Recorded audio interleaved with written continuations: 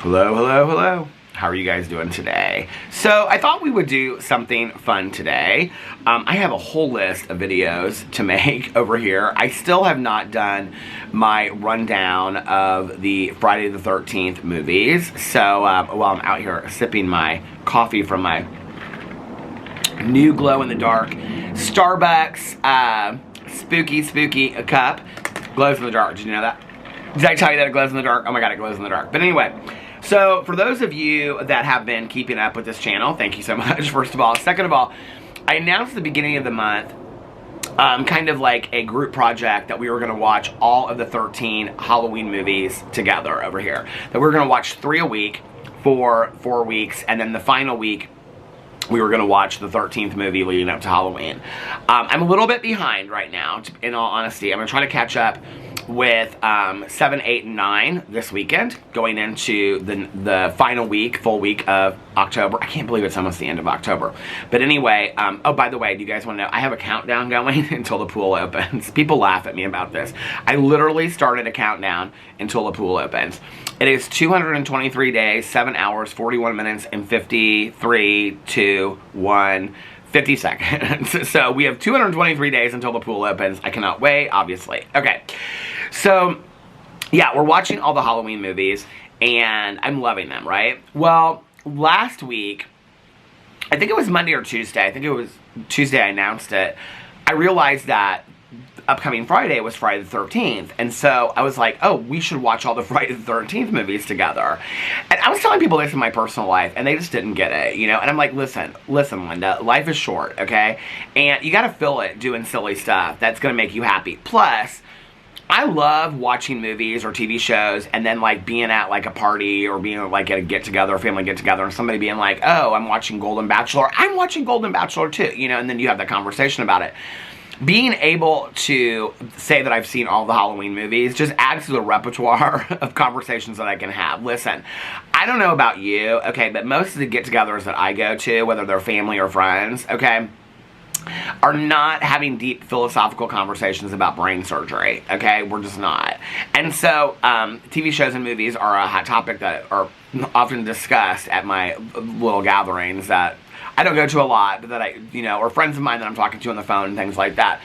I love horror movies. I absolutely love horror movies. And so, it's really important to me to kind of like watch the canon movies of horror movies, right? And so, and watching the first one, what I realized was I hadn't really watching the Friday the 13th movies. And now, and having watched all of them, because yes, I did complete it. I did watch all 12 of them. By the time that I went to bed, early on Saturday the 14th, I had watched all 12 of the Friday the 13th movies. So if I can finish 12 movies in 4 days, I can finish 13 movies in a month, right? And so I watched all the Friday the 13th movies. They were horrible. They were absolutely horrible, you guys. The only one that really scared me was the reboot that they did in 2009. I think it was the very last movie that they did. The Jason versus Freddy movie, I watched that one. I watched all 12 of the Friday the 13th movies. The Jason versus Freddy movie, I didn't think it was scary. I thought it was kind of silly.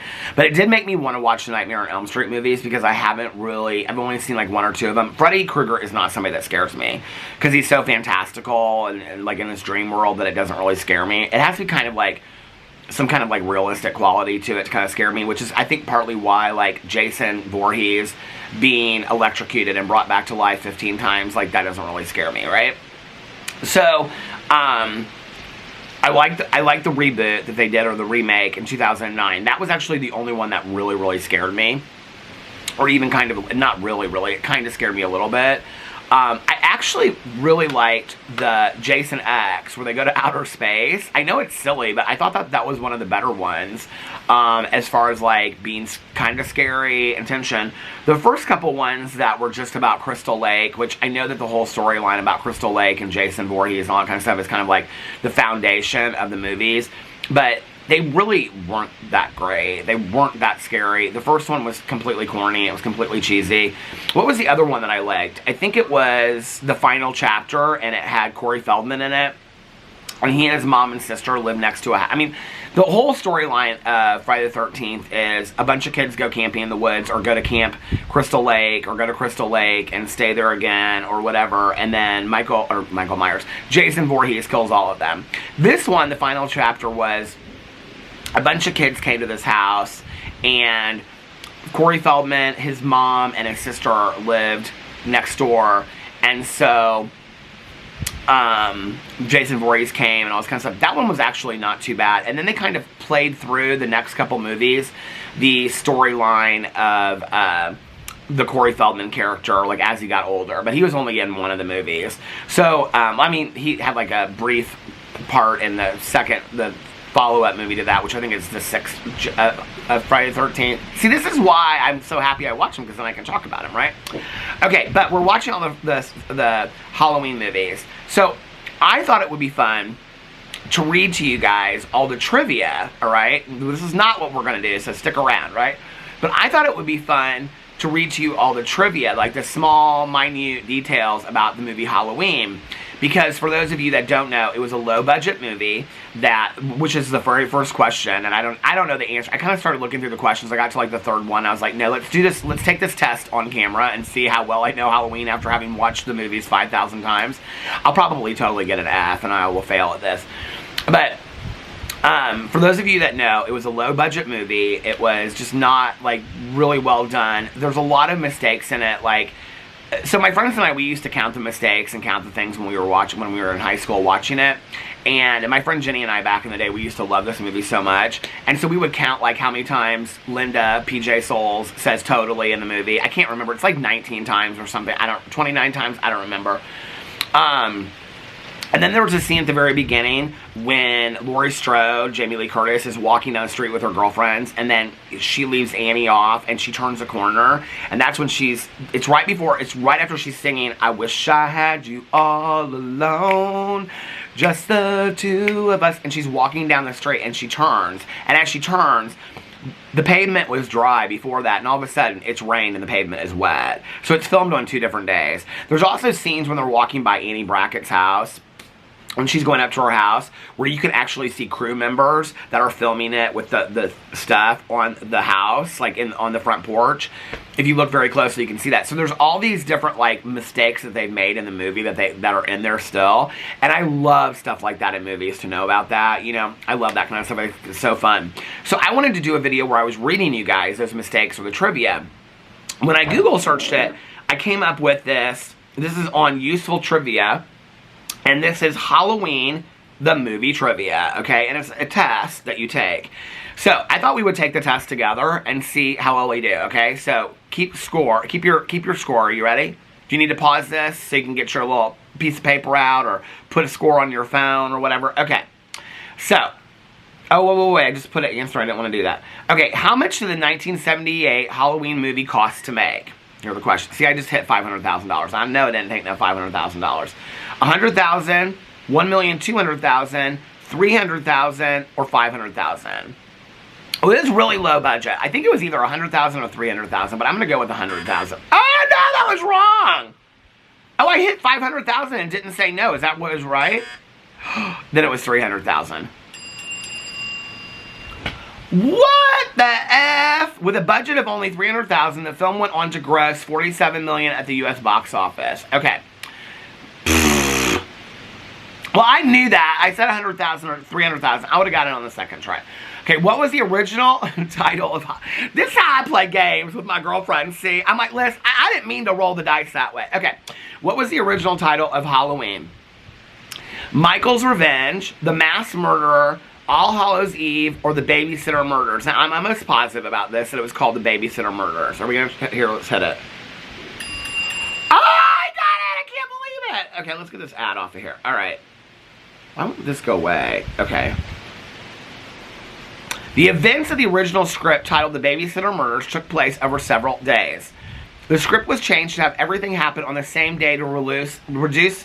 The script was changed to have everything happen on the same day to reduce the number of locations and costume changes and keep the film under budget. It was decided that Halloween, the scariest night of the year, was the perfect night and title for the film. Alright. Who was not approached to play Dr. Sam Loomis? Vincent Price, Christopher Lee, Peter Cushing, or Donald Pleasance? Well, Donald Pleasance played Sam Loomis. I'm going to say Vincent Price. Oh, that was a good guess, girl. Okay. John Carpenter approached Peter Cushing and Christopher Lee to play the role of Dr. Sam Loomis, but both turned him down due to the low pay.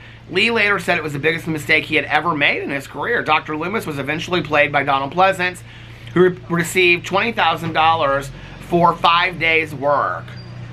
Not high pay. They were not high paid for this, but think about what this movie has done for them. I think Jamie Lee Curtis said that this movie has literally launched her entire career.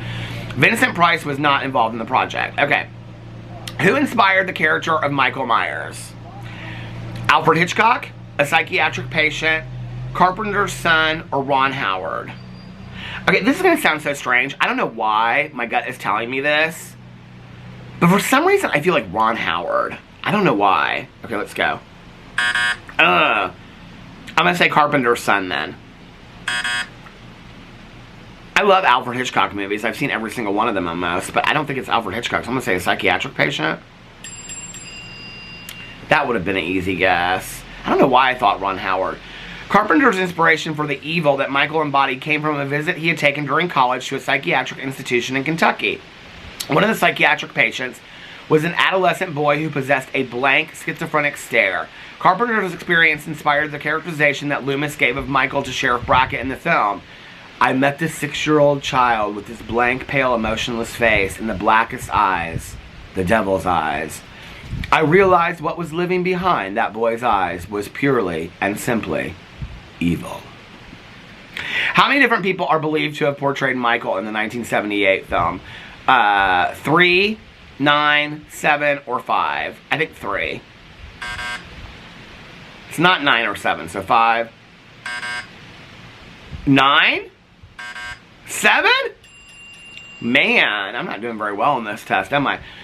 7 people portrayed Michael at different stages of filming. It is Deborah Hill's hands we see as young Michael. Oh, okay.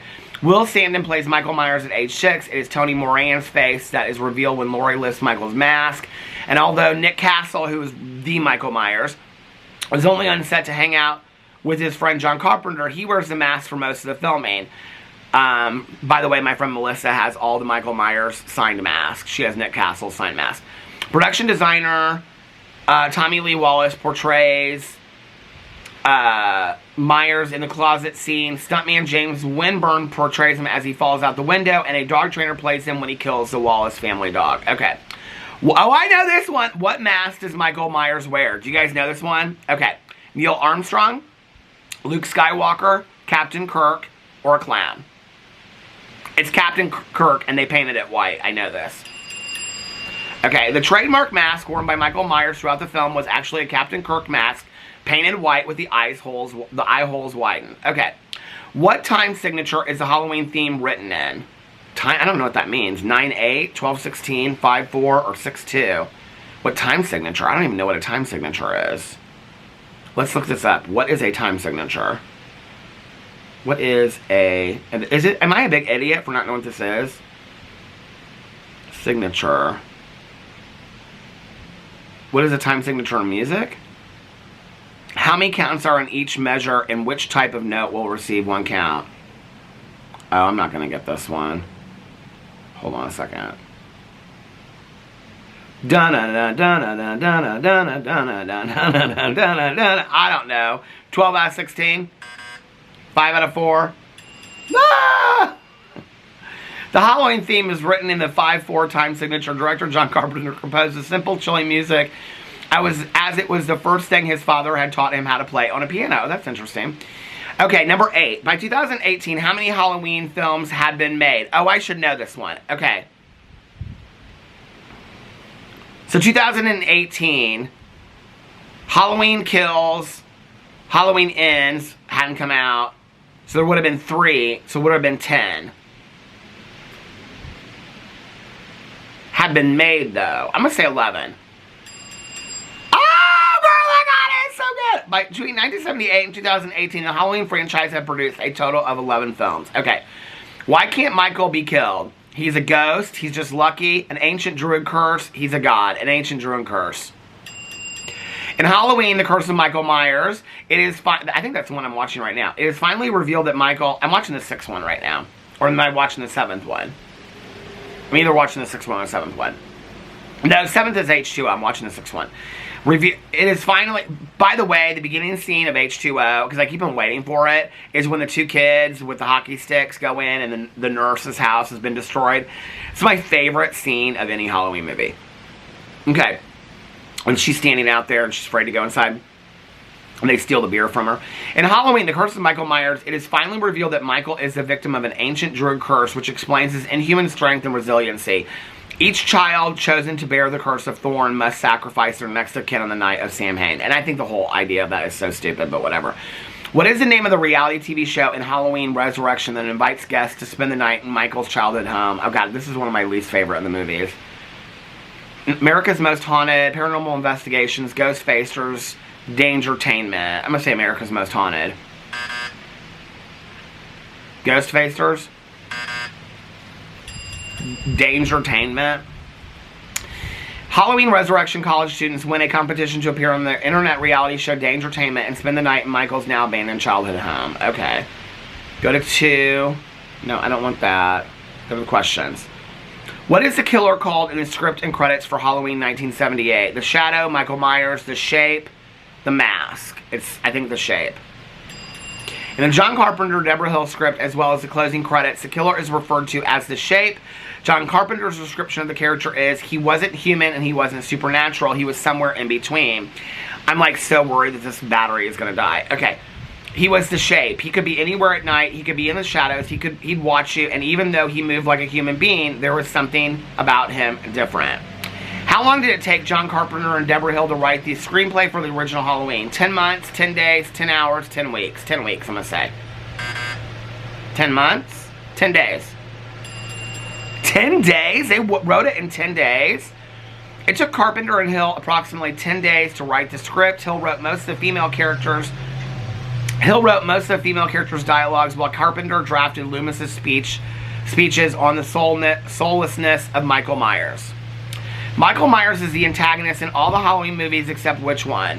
Halloween, The Curse of Michael Myers, Halloween Resurrection, Halloween 3, Season of the Witch, Halloween H2O, 20 years later, Season of the Witch. Okay. John Carpenter and Deborah Hill believed that the Halloween series had the potential to be an anthology series of films that center around the night of Halloween, with each sequel containing its own characters, setting, and storyline. Halloween 3, Season of the Witch was meant to be the first of that series and did not feature Michael Myers. That's interesting.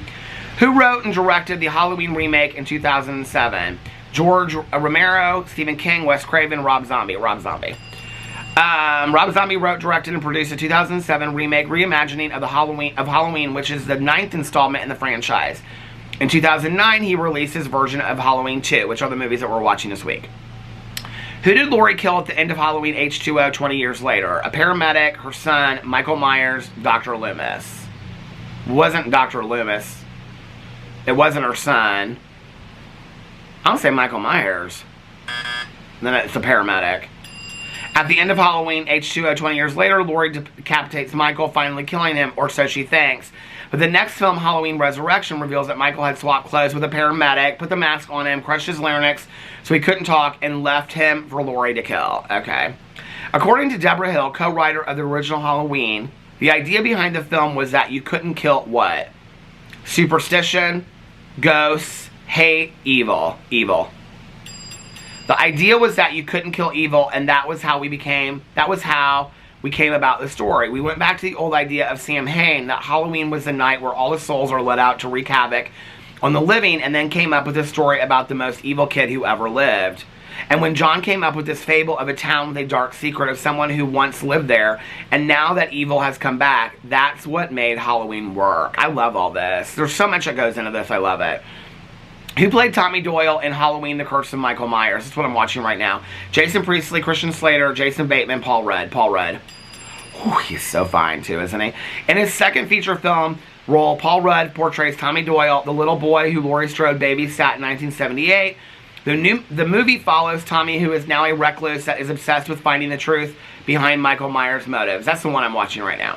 In Rob Zombie's remakes, what character does his wife, Sherry, Monn, I love her so much. You ever see her in House of a Thousand Corpses and all those movies? Oh my god. What character does his wife Sherry Moon Zombie play? Laurie Strode, Michael's niece, Dr. Loomis, Michael's mom. Michael's mom. In Zombies Halloween, Sherry Moon Zombie portrays Michael's mom, Deborah, who commits suicide out of guilt for Michael's actions. She resumes her role in Halloween 2, appearing in visions that Michael and Laurie share. Halloween 2018 is a direct sequel to which Halloween film? Halloween H2O, 20 years later. Halloween 2. Halloween, The Curse of Michael Myers. I believe they say in that timeline it's Halloween the original. Halloween 2018 is the 11th installment in the franchise and a direct sequel to Halloween 1978. The plot follows Laurie Strode 40 years after surviving Michael's original killing spree. Who arranged for Michael's escape in Halloween 2018? Dr. Sartain, Tommy Doyle, Laurie Strode, Sheriff Barker. It's not Laurie Strode, it's not Tommy Doyle. I'm going to say Dr. Sartain.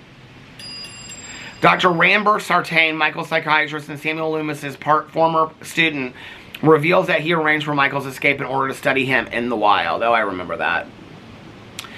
Okay, 21. What job does Laurie Strode have in Halloween H2O 20 years later? Waitress, actress, headmistress, psychiatrist, headmistress. A direct sequel to the first two films, Halloween H2O 20 years later, follows a post-traumatic Laurie Strode who has faked her death and is living under an assumed name, working as a headmistress at a private boarding school. Her son is Josh Hartnett. This was back when he's like my age. How old is? Let's look this up. How old? I used to have such a crush on him. How old is Josh Hartnett? 45. So he's 6 years younger than me. Okay. Did I get out of the test? Hold on. Which Halloween 22? Which Halloween film had the lowest grossing box office revenue of the franchise? Halloween Resurrection, Halloween 3, Season of the Witch, Halloween 5, the Season of Michael Myers Halloween. I'm going to say Halloween 3. Then Halloween 5, which is one of my favorites. With a budget of $5 million, Halloween 5, The Revenge of Michael Myers had the lowest box office revenue of $11.6 million. In how many movies does Jamie Lee Curtis play Laurie Strode? First, second, H2O, the one after that where she's in the hospital, then she dies on the tree thing, Halloween 2018, Halloween Kills, Halloween Ends. I'm going to say 7.